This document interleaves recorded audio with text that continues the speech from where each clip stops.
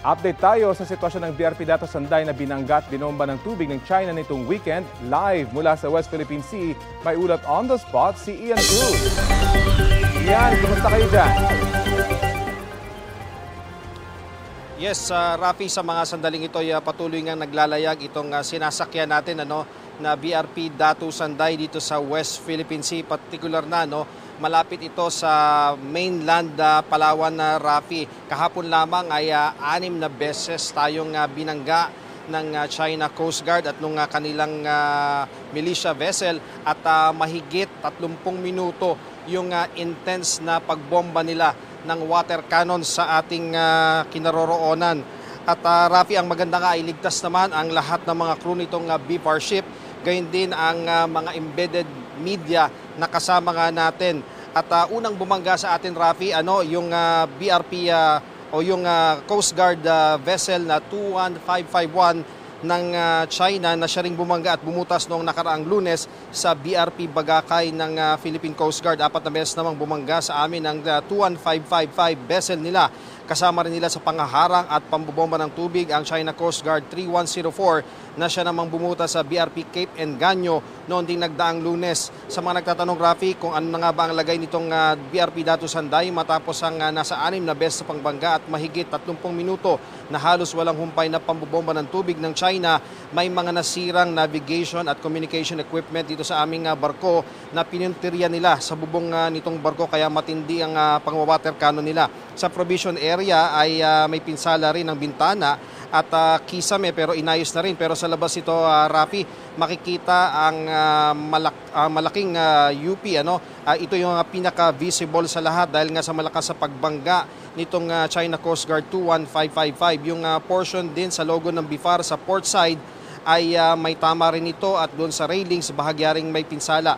Sa may starboard o kanang bahagi doon sa may harapan at tapat mismo ng pangalan ng barko ay may gasgasgin dahil din sa pagbabangga ng 21555 vessel ng China Coast Guard. At yung tambucho ay mayroon ding mga UP at yung mga air conditioning unit ay hindi rin gumagana yung iba dahil nga sa matinding pang-water cannon ng China Coast Guard. Rafi, sa mga sandaling ito ay narito yung ilan sa mga mangingisda na nangingisda dito sa West Philippine Sea. Actually, nakausap natin pansamantala yung ilan sa kanila galing daw sila nung ilang mga araw na nakakaraan doon sa Escoda Shoal at inaboy daw sila or tinaboy sila nung China Coast Guard.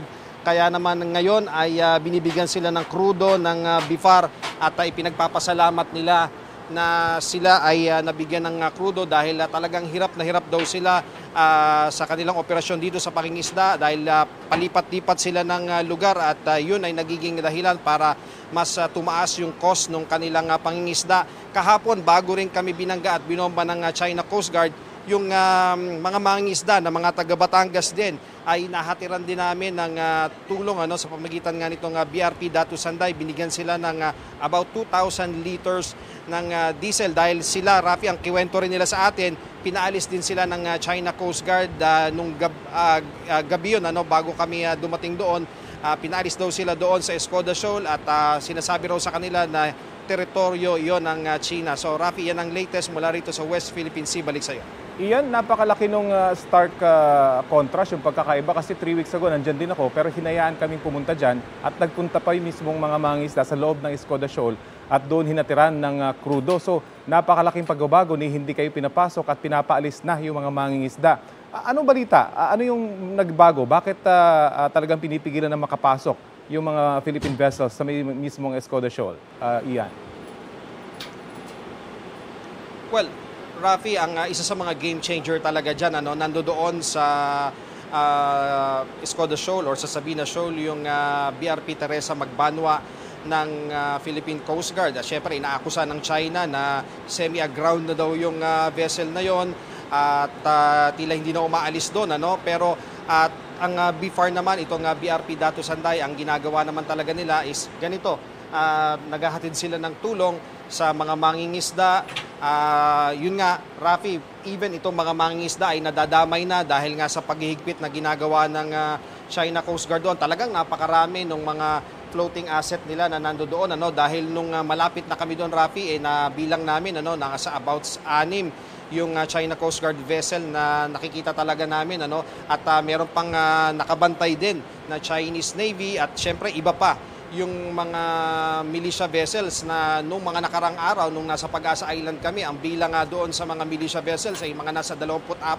At Rafi, malalaking mga barko yan, yung mga militia vessels na yan. Kaya naman nakikita natin na talagang kinukumpulan na nila yung Sabina Shoal para talagang hindi makapasok tayo doon. Pero Rafi, nung dati-dati, pag tayo'y nag-roro mission papunta sa Ayungin Shoal, yung Sabina Shoal, yun lang yung area kung saan hinaharang yung mga Coast Guard vessel at yung mga Navy vessel natin. Pero ngayon, ibang sitwasyon na parang nagiging pangalawang Ayungin Shoal na nga itong Sabina Shoal dahil doon pa lang sa 20 nautical miles away ay talagang hinaharang na at talagang pinapalibutan tayong pilit ng China Coast Guard, Rafi. Obviously, very aggressive na sila ngayon. Pati nakikita natin sa inyong video, mismong yung kanilang militia ship dumidikit na tapos bumabangga dyan sa mga Coast Guard ship at BFAR ships natin na dati hindi nila ginagawa. Hindi ba, Ian, ang mga dumidikit lamang talaga dyan ay yung mga Coast Guard ship ng China. Balikan na natin yung insidente kahapon. Ikwento mo sa amin yung sitwasyon habang binabangga at wina-water cannon kayo. Ano yung pakiramdam? Kasi yung Coast Guard ship ng Pilipinas, merong reinforced yan, kumbaga. Yung mga BFAR ships hindi gaano. Bagamat yung mga aircon units, alam natin, nilagyan na ng metal na bakal yan. Pero sabi mo, nasira pa rin kahit yung mga ni-reinforce na ng BFAR, Ian. Well, Rafi, may certain point talagang kinabahan tayo, dahil nga nakita natin talagang ang bibilis talaga ng takbo nila at directly hinihit nila tayo. Kaya dito sa railing talagang kumakapit tayo. Sabi natin, kaya naman natin yun, tama na yun, pero talagang medyo tumagilid at one point itong barko, pero saglit lang naman yon. Pero yung talagang nagpabago nung lahat is yung nagkaroon na nga sila nung pagbubukas ng kanilang mga water cannon.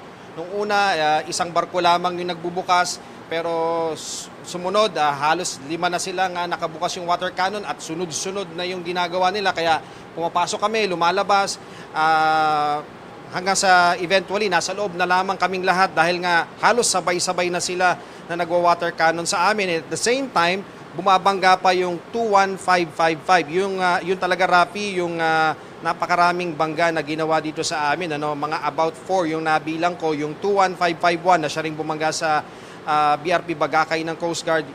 Siya yung unang-unang bumangga dito sa aming starboard side, Rafi. Yung pinakamatagal na barko na yata, yung 21551, dahil halos lahat tayo nag-cover dyan, naranasan nating habulin at dikitan ng 21551 na China Coast Guard na yan. Maraming salamat at ingat kayo dyan, Ian Cruz. Kapuso, alamin ang maiinit na balita. Bisitahin at mag-subscribe sa GMA Integrated News sa YouTube. Sa mga kapuso abroad, samahan nyo kami sa GMA Pinoy TV at sa www.gmanews.tv.